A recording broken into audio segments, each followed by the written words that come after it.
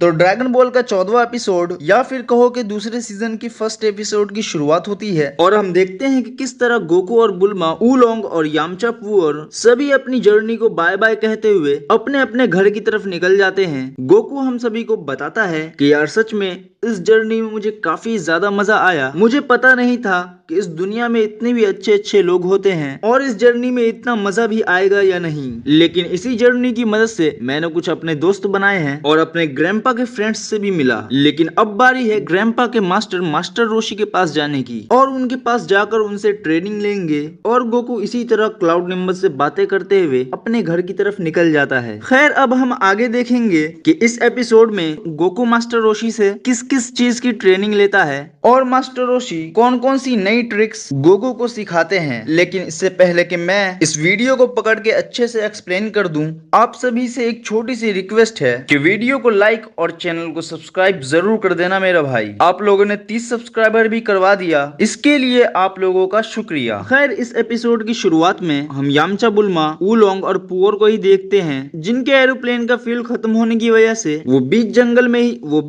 में ही क्रैश हो जाता है। इससे पहले कि बुल्मा यामचा से दूसरा डायनो कैप्सूल मांगती, यामचा उन्हें बताता है कि ये वाला डायनो कैप्सूल लास्ट था और अब हमें जैसे तैसे करके पैदल ही चलना होगा, वरना तो हम इसी जंगल में मारे जाएंगे। तभी बुल्मा उस जंगल में अजीब सी आवाज सुनती है जिसे सुनकर वो सभी चौकन्ना हो जाते हैं और यामचा उन्हें कहता है कि ये तो किसी इंसान की आवाज है। बुल्मा यामचा से कहती है कि इस जंगल में भला कौन इंसान आ रहा है, हमें जल्दी इस जंगल से निकलना चाहिए वरना हम किसी जानवर का खाना बन जाएंगे। वो सभी वहाँ से भागने लगते हैं और उसी जंगल में हम एक बच्चे को देखते हैं जिसकी आवाज पर यामचा ने कहा था कि ये तो किसी इंसान की आवाज है। खैर हम देखते हैं कि वो बच्चा जंगलों में ट्रेनिंग कर रहा था और वो काफी ज्यादा स्ट्रॉन्ग था, यहाँ तक कि इतना ज्यादा स्ट्रॉन्ग कि सिर्फ एक ही लात घुसों में वो सभी पेड़ों को तोड़ता जा रहा था। दूसरी तरफ हम गोकू को देखते हैं जो कि फ्लाइंग निम्बस का यूज करके काफी लंबा रास्ता तय करके मास्टर रोशी के घर पहुंचता है और मास्टर रोशी को आवाज लगाता है। लेकिन हमारे मास्टर रोशी तो ठहरे दुनिया के नंबर 1 ठरकी, वो टीवी पर योगा शो देख रहे होते हैं कि कम से कम रियल में नहीं लेकिन सेक्सी लेग टीवी में तो देखने को मिल रहे हैं ना। गोकू जब खिड़की से झांक कर मास्टर रोशी को देखता है तो उसे पता चलता है कि मास्टर रोशी अभी टीवी देख रहे हैं। वो अंदर जाकर मास्टर रोशी के कान में बड़ी तेज चिल्लाता है कि मास्टर रोशी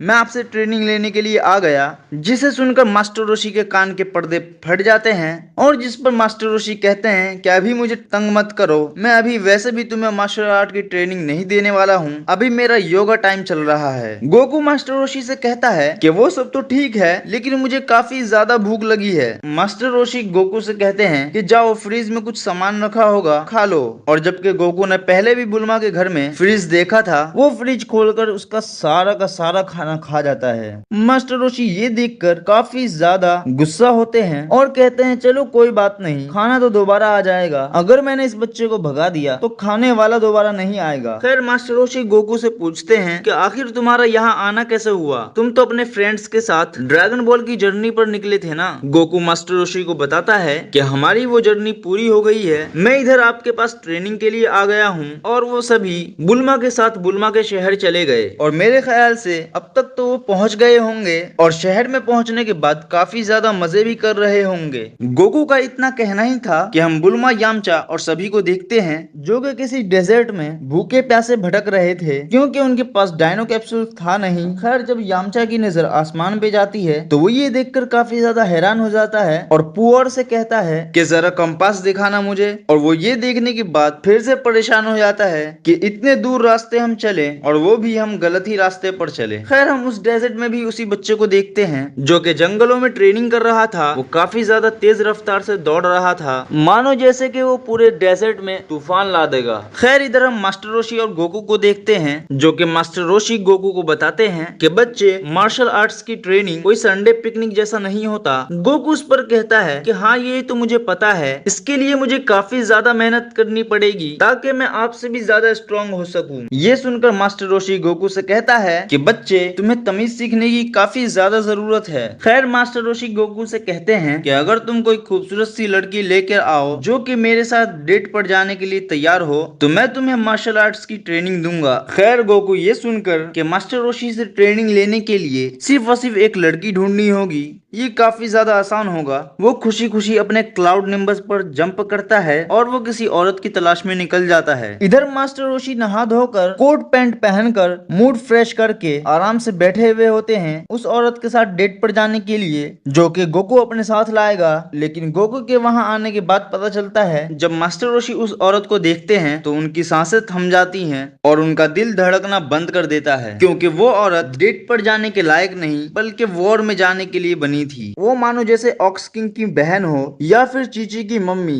गोकू उस पर मास्टर रोशी को कहता है कि देखो है ना ये ग्रेट। मास्टर रोशी उससे कहते हैं कि हाँ ग्रेट तो काफी ज्यादा है, इतना भी ज्यादा ग्रेट नहीं मांगा था। खैर मास्टर रोशी उसे दो पिक्चर दिखाते हैं जिसमें से एक पतली और गोरी औरत थी और एक मोटी और काली। मास्टर रोशी गोकू से पूछते हैं कि अब बताओ इन दोनों में से सबसे ज्यादा खूबसूरत कौन है। गोकू उस पर जवाब देता है कि मेरे ख्याल से तो दोनों ही खूबसूरत हैं, इन दोनों में डिफरेंस तो कुछ भी नहीं है। खैर छोटा मोटा ज्ञान देने के बाद गोकू फिर से मास्टर रोशी के लिए एक सेक्सी लेडी की तलाश में निकल जाता है और जब वो वापस लौटता है तो मास्टर रोशी उसे पहले छुप कर देखते हैं कि असल में इस बार ये किसको उठा के लाया है। पहले एक बार छुप कर देख लेते हैं। जब मास्टर रोशी छुप कर उस औरत पर नजर मारता है तो वो ये देखकर काफी ज्यादा हैरान था क्योंकि मास्टर रोशी ने इतनी ज्यादा खूबसूरत औरत कभी देखा ही नहीं था। खैर मास्टर रोशी चुपके से गोकू को बुलाते हैं और उनसे कहते हैं कि जाओ उनसे पूछ कर आओ कि क्या वो मेरे साथ डेट पर चलेंगी। गोकू पूछ कर आता है और मास्टर रोशी को बताता है वो आपके साथ डेट पर नहीं जा सकती, इससे बेहतर रहेगा कि आप उनके साथ स्विमिंग करो। और ये सुनकर मास्टर रोशी और भी अपने नाक से खून बहाता है कि साथ में स्विमिंग करना तो डेट में जाने से भी बढ़कर हो जाएगा। ये सुनकर मास्टर रोशी झट से उस लेडी के पास जाता है और उससे कहता है कि कोई बात नहीं तुम मेरे साथ स्विमिंग ही कर लेना लेकिन जरा मुझे अपने सेक्सी लेग तो दिखाओ। वो लेडी उससे कहती है कि दरअसल मेरे लेग ही नहीं है। तब मास्टर रोशी को पता चलता है कि गोकू कोई इंसान नहीं बल्कि मरमेड को उठा के ले आया है। खैर मास्टर रोशी इस पर सोचते हैं कि क्यों ना ऐसा किया जाए कि इस मरमेड से ही अपनी हवस पूरी कर ली जाए। मास्टर रोशी मरमेड से कहते हैं कि देखो मैं एक टर्टल हूँ और तुम एक जलपरी हो तो क्यों ना हम दोनों एक दूसरे के स्पीसीज के बारे में जान ले। अगर हम एक दूसरे की प्रजातियों के बारे में जानेंगे तो हमारा रिश्ता काफी ज्यादा गहरा हो जाएगा। और मास्टर रोशी ये कहकर सोचते हैं कि कम से कम ये मरमेड है लेकिन इसके पास कुछ चीजें हैं जो कि इंसान से बिल्कुल सिमिलर है। वो ये सोचकर